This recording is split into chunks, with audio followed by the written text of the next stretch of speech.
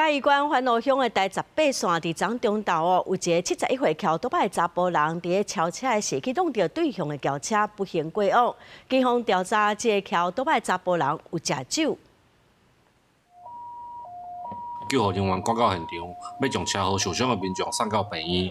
嘉義縣番路鄉19中晝，有一名71歲的查甫人佇第18線為着要超車來進向，煞去弄到對面車路的轎車。騎車的查甫人受傷上嚴重，送醫無喘氣。病院事後替伊抽血，發現死者酒測的數字超過標準。事故造成機車騎士胸部嚴重擦挫傷，送醫後仍傷重不治，並汽車駕駛未受傷。案經警方調查，騎士有酒駕行駛，已超過標準值。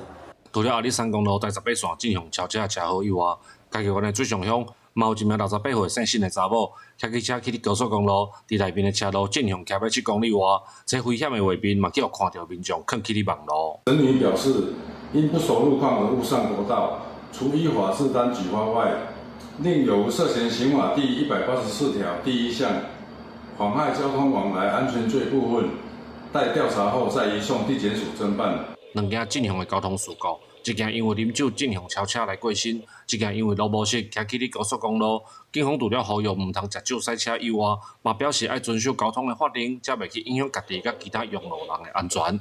記者林慧婷，嘉義報道。